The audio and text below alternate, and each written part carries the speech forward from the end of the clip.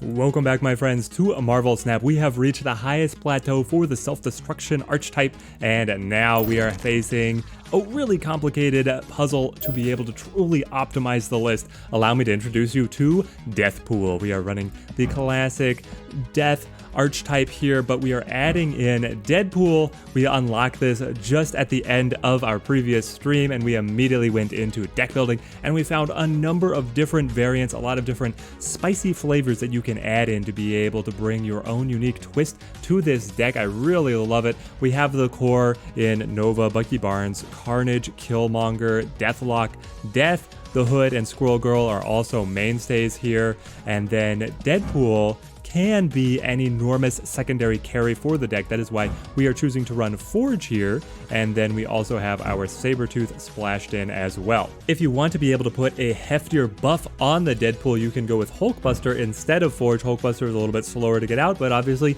he's providing double the buff. The fun thing here is that having Sabretooth as a secondary target for either the Forge or the Hulkbuster is quite fun. Sabretooth able to give his power over to the Venom and then come back to hand for free allows you to get multiple uses out of that buff. And you can actually develop a list here where you run Moon Girl as well to potentially duplicate a buffed free Sabretooth along with a demon in hand or a very cheap Death. This is incredibly fun. I already have a deck list that has Moon Girl incorporated in with Sabretooth. That video is included in the same playlist that this video is up with. I just didn't have Deadpool at the time of recording that one. The final wild iteration that you can bring in that we actually did test on stream and it was working is to bring in Beast in place of the Sabretooth, allowing you to bounce the Forge, get a reactivation there, and also get some reactivations on your destruction engine cards like Carnage or Killmonger. I think that deck list still requires a little bit more testing before I want to bring it forward,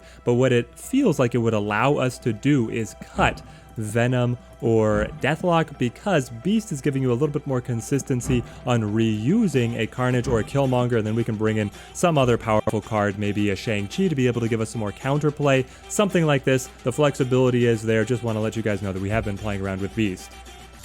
The final variation that bears mentioning is bringing in Arnim Zola to be able to destroy a massive Deadpool, copy his power to either side, and then also give you an even more powerful Deadpool back to hand if you incorporate an energy cheat as well to be able to combo Deadpool with the Zola and then be able to make use of that Deadpool that you got back to hand. You can have amazing things happen there. That is another deck list that we are probably going to be revisiting. I've had so much fun designing this one. We're definitely going to be back at it, but today the deck list is up above, and this is what we are going to be playing around with today. You guys can always let me know down in the comments if you want to talk about card optimizations or substitutions. I love talking all things Snap down in the comments.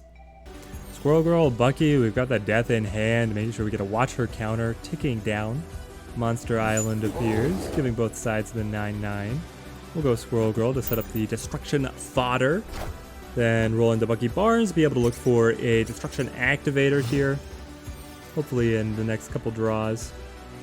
Now, if we are playing for the Bucky Barnes destruction, we actually want Nova played in behind, because then the Winter Soldier will be present to absorb the buff from the Nova. But if you're playing Deadpool, you want the options flipped. You want Nova down first so that the buff goes on to Deadpool before he is destroyed, and then he doubles up to a 4 immediately.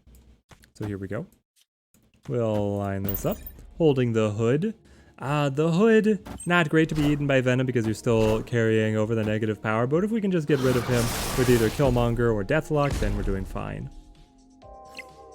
Very strong presence here in Stark Tower. We'll get the buffs all the way across. If we can fill up Monster Island, we'll be able to debuff the Lizard. And they've got the Agent 13, hey? Okay, let's set up Sabretooth Hood, lining this block up at Titan to be destroyed. I mean, come on, we have so many destruction cards. We've got to have something come around. We've got the Kingpin. Interesting. Was this... It wasn't created by Agent 13 because it doesn't have the same side border. Oh, no. I mean, I do want to activate the destructions. It'll make Death cheaper. Sabretooth comes back for free. It's kind of the whole point. Venom is not going to be very big, though. And I would kind of like to apply the demon here to get the extra buff. Yes, I think this is how we play it through. They move the Nightcrawler, play Magneto. Which, no, it takes the Sabretooth away. I needed that. I wanted that power on the Venom. 28 to 16. Death will bring it to a dead tie. No, we win because the lizard will tick down. I think that is their kryptonite. We snap back. What did we get? Forge. Wow. Forge. I don't appreciate it. Let's fill this location up so that if there's any kind of movement shenanigans, Kingpin is not capable of activating, and then Death carries us home. They reinforce Titan with the arrow. Sure. No. Wait. Is Death enough? The arrow pulls all the cards that we played. Yes. We still lock it in. Let's go. Squirrel Girl, Forge, Venom, diving into this next one. Now, if you guys are enjoying the Marvel Snap content, you know what to do. Leave some likes on the video, subscribe, comments down below. That feeds us the energy that we're looking forward to be able to carry into the game's full release. Squirrel Girl gives us all of our fodder options. See if we can Iceman. Okay, trying to pick up what kind of deck the opponent is playing to understand what we are up against, that we don't have too much interaction with the opponent. The peak, eh? The Iceman has buffed Venom. It's incredible. Now, Nova was nerfed, to be fair, but Forge was also buffed. Okay, so, yeah, no, it all balances out. It all comes out in the wash. Honestly, I think I just play... Well, we should set up the Nova because he's more expensive now in weight. That's what it should be.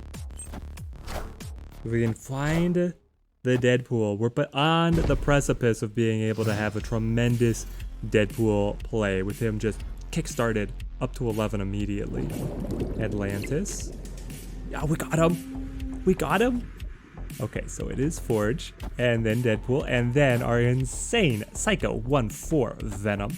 Gonna pop. Okay, so Deadpool is picking up 2 from Forge. He'll be at 3. Nova pops up to 4. He comes back to hand the first time back to hand at 8.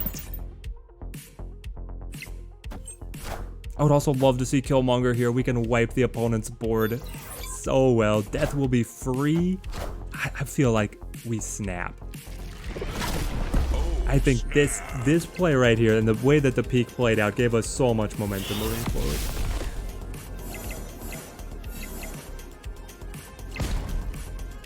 It's not the biggest Venom that you're ever gonna see, but it's a really good one. Oh no! Yes!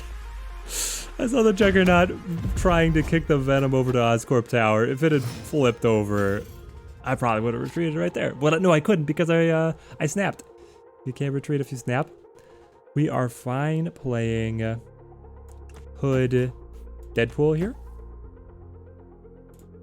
And we're just looking for another Destruction Activator for turn 5 to be able to have a 16-point Deadpool, have the Demon, and have Death all together.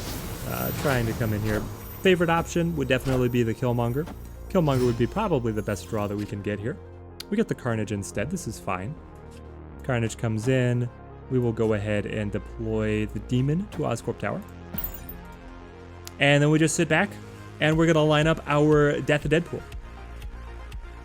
Is there anything else we could draw? No, anything else would be too expensive. We've got our top cards already lined up. They're actually playing to Atlantis, which is taking the 5 points away from the Sunspot. Well, they probably weren't going to just, pass enough energy. If they're holding Killmonger, I'm going to be very sad. They've got the White Tiger that got flipped by the Peak. Ah, the Peak is given to both sides, I see. Hang on. Do you have... Why would you not have played Ironheart to Wong? Even if you play Odin here, you don't have the board space really to hold everything.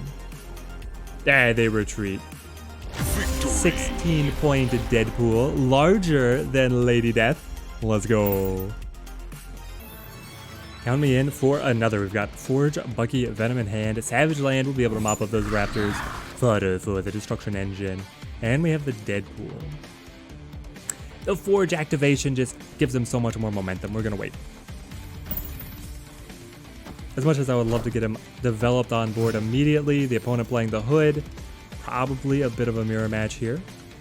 And Elysium? Elysium is going to make this go wild. Okay. So we set up the Forge. That buffs Deadpool.